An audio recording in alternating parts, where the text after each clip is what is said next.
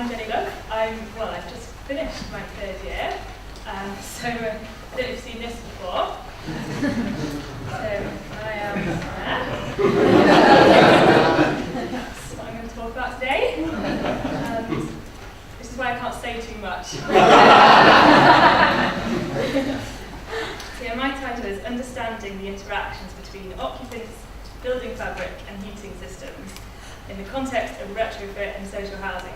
Quite a mouthful, and it's got occupants, heating systems and building fabric in.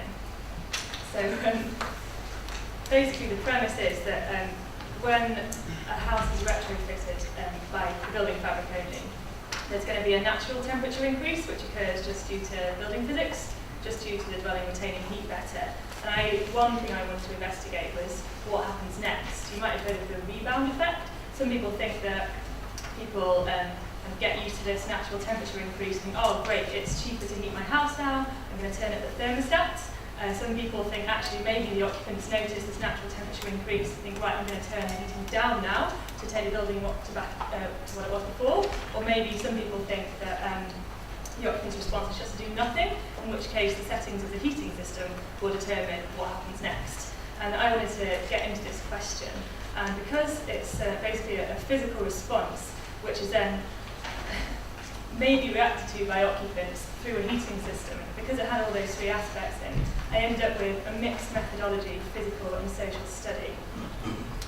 So it looks quite complicated because I had to measure physical variables, like internal temperature of every room, longitudinally, before and after retrofits. I had to monitor radiator activity to see, it's kind of a proxy for what they're doing with the heating. Is it on a timer? You can tell quite well.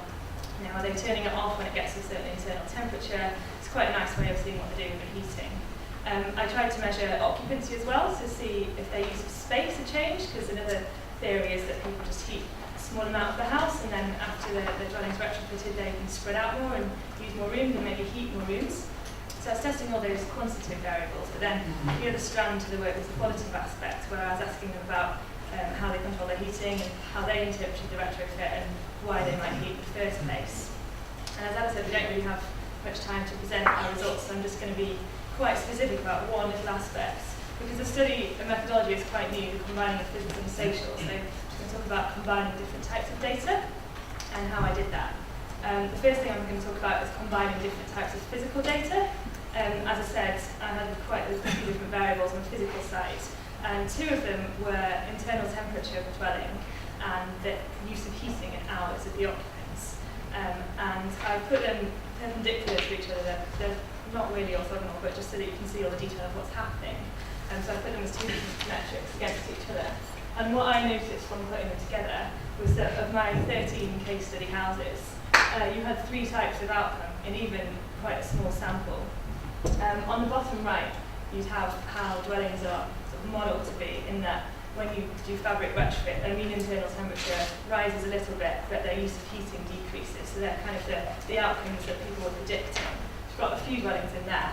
But then in the top right, we've got dwellings where the temperature actually increased and people's hours of heating increased. You can talk to me later about why that happened if you're quite interested.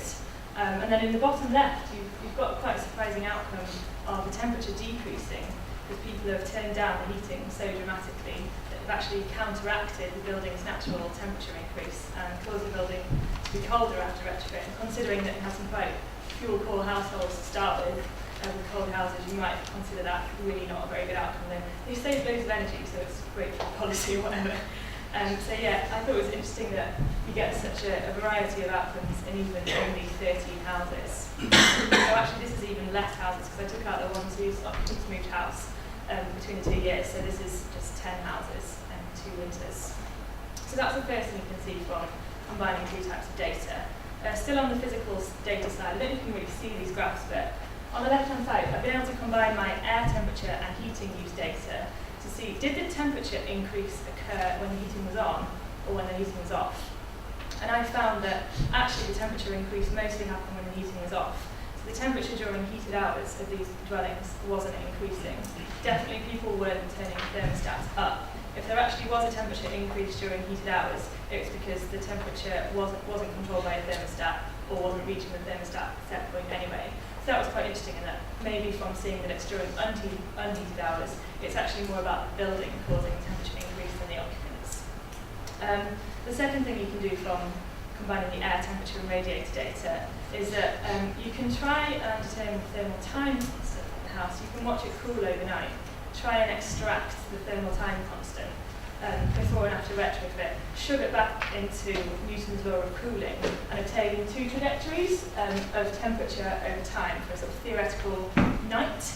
And the difference between the green line and the blue line is an interval of temperature over time, which shows that actually quite a lot of the temperature increase after retrofit is actually due to just cooling slower overnight. So again, it's not about occupants turning things up in these cases. It's just that the dwelling is physically different and retains heat better. And this isn't perfect data because it's quite hard to get the time constants out, but it's showing the kind of magnitude of temperature increase just caused by the dwelling actually cooling slower overnight. Another thing I could do with my use of space data, the blue histogram is the amount of time someone passed under a door frame over time in a day, so average over the monitoring period. And so you can kind of see someone's profile kind of getting up and doing stuff and then settling down in the evening. And then you can superpose on that the green line, which is their heating probability of being on. And you can see things like these guys had it on twice a day, and in the evening, which is their main time of heating, that was just as they were settling down into one room, which fits kind of because you're in one room, you want it to be warm, your metabolic rate is lower, but on the other hand, you're heating your whole house. So in some ways, it doesn't really fit together. So that's quite interesting from the data. I haven't talked yet about combining physical and social data. This is actually quite hard because the methodologies they come from are so different. When you're trying to combine them meaningfully, it's quite a difficult thing to do. I'm not going to take you through the whole slide, just to say that for every house, I tried to propose, given a set of observed outcomes of what happened to the temperature, what happened to the heating, a mechanism behind that, from data on what occupants said, and from my heating data and my occupant use of space data, etc. What do I think caused the outcomes? So one example in this house was that actually their use of heating went up and their temperature went up. And I was wondering why, and they kept talking in an interview about how after retrofit their bedroom had got colder. And I looked and their bedroom hadn't got colder, but because the effect of the retrofit was to warm different rooms by different amounts, it now felt colder, not all the time, but at the time they wanted to use it, which is in the evening. And because of the sort of instantaneous temperature gradient in the evening when they wanted to use it, it made them feel like their bedroom had got colder, and they were actually having to have the heating on every evening to try and get it warmer before they wanted to use it. So that's quite an interesting example of an outcome of retrofit you might not expect that might be quite hard to predict. Does that be up? Should I finish or should I just go? Okay. Okay. I just want